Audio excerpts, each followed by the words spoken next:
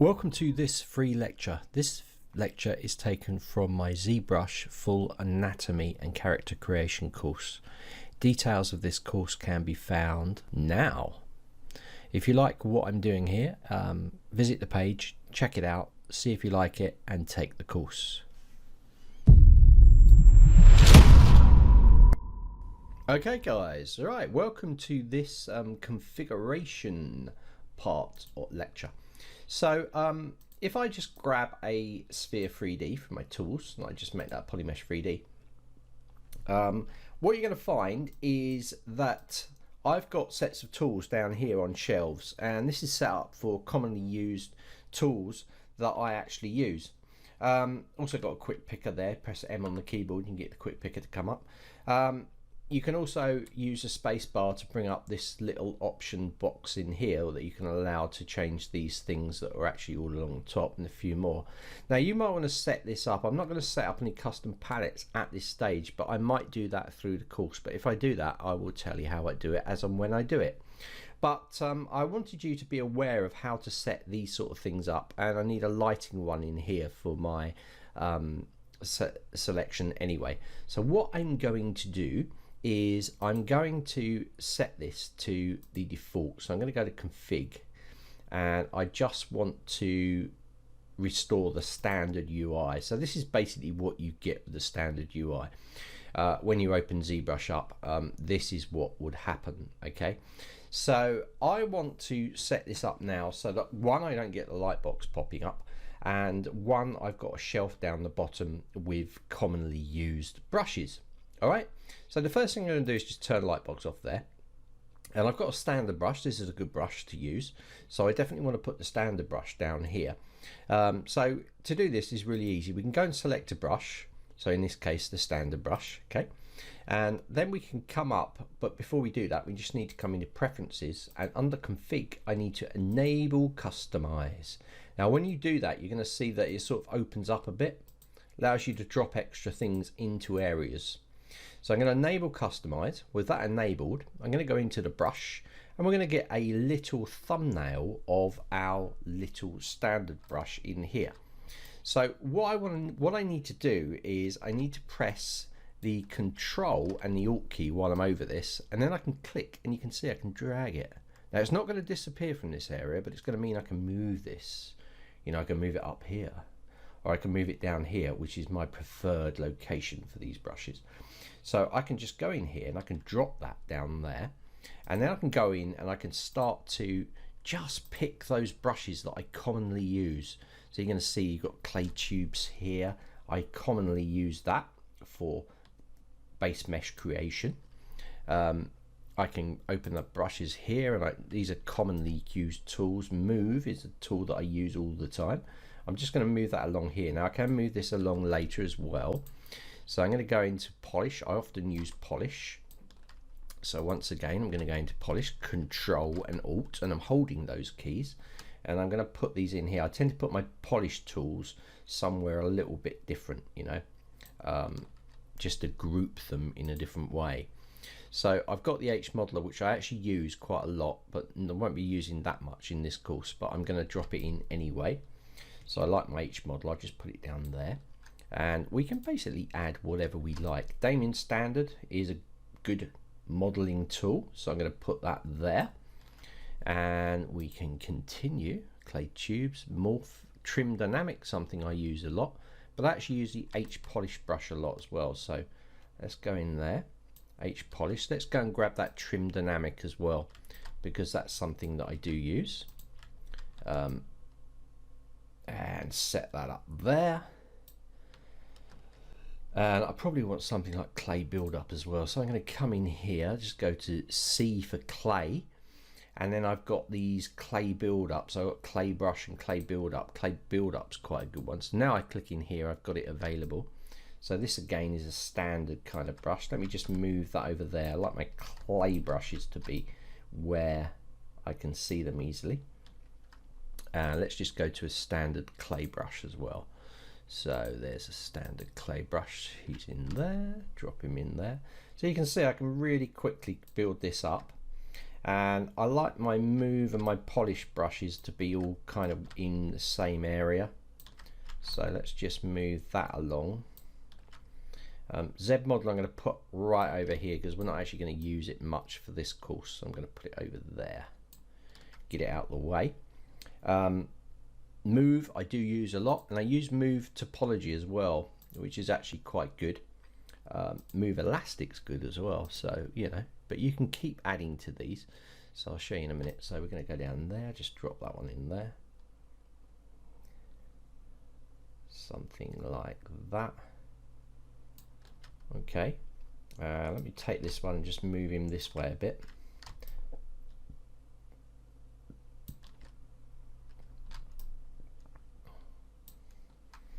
Damien standard. I want to choose the rake brush as well, which we will be using. You're going to see in future lessons I haven't got this set up, but it will appear later. Okay, let's put that in there. All right, so when I'm finished and you've got all that nice in there and you've got all your brushes ready, so they're really quick to pick, next thing I'd like to do is my lighting here. I've got this little lighting button in here, and if I press Control and Alt for this, I can actually drag this lighting down. This is really handy because it will allow me to swap the lighting around really quickly. I've got a basic material there. If I come along here, you can see I can change that lighting position really quick. I also want to set up some materials, so I'm just going to compress Control Alt and drag that there. And I want to go in and grab material. So I've got this basic material. I'm going to grab the Madcap wax because I do tend to use that for training courses. It works really well. Control Alt again, drag this down here. I'm going to go in and I'm going to grab my basic material, which is here. And I want to go up to materials. So I've got this little icon here, Control Alt, drag that down there. Something like that. Let's go into materials. Let's grab this basic material 2, which is something I use quite a lot, and I also use my flat color a lot as well. And I always go back and sometimes use the baked in jewelry clay as well that you guys might not have. Let's grab this soft plastic, that's quite nice as well. So there we go. Good. So we've added these, and basically you can add things, you know, you can add things from one place to another quite easy by pressing this Control and Shift. So I could even go into some of these stroke options down here. Some tools that I do use quite a lot are things like the Delete Hidden. So you can come in here and go down to Modify Topology, where you've got Delete Hidden, Control and Alt, and you can drag that down here. So you can add these things in here. So world points is something I use a lot. I'm not gonna add too many because I don't want to confuse the issue here. But let's go and take that and drag it out. So if you drag it onto the surface here, you can get rid of it. Just to let you know, let me just grab another one of these. Let me go into a gold. And let me do this. So if I grab this, Control Alt, drag it in there, and then I'm not happy with it, I can press Control Alt, I can drag it into the canvas and let go. Alright, just so that you know how that works. Right, so now you've got these kind of in position, and you can lay them out.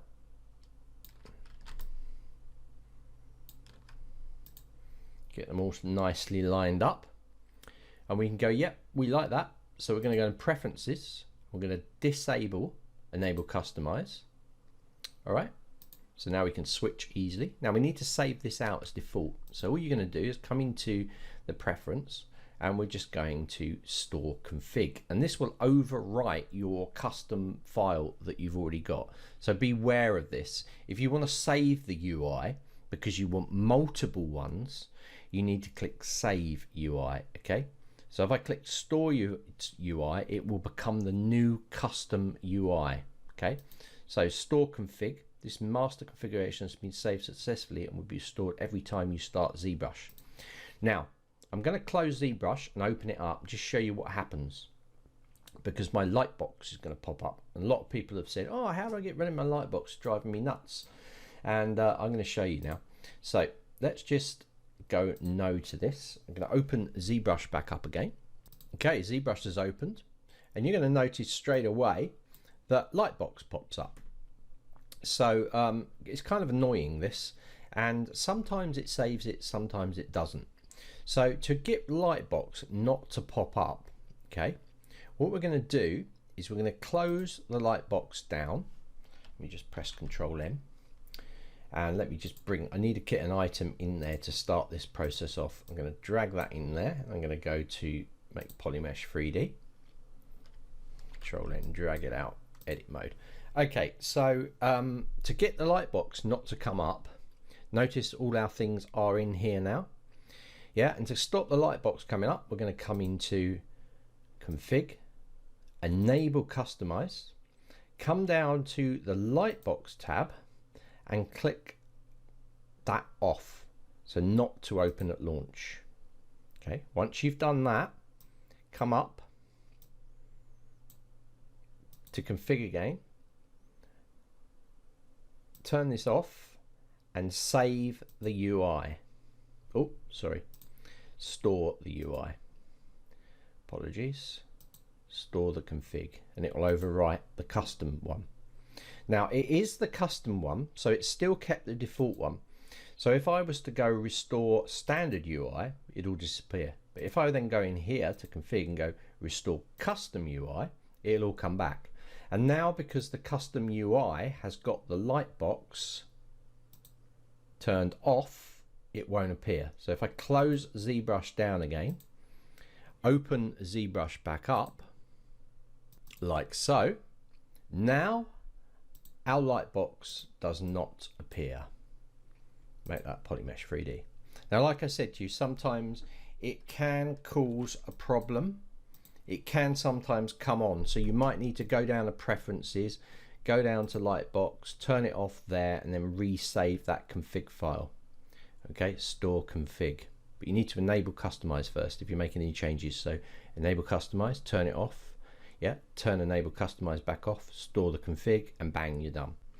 So that's how we can set up these little shelves. So it's going to be much easier for us to work with this, because obviously we've got a lighting down there, so we can change that on the character.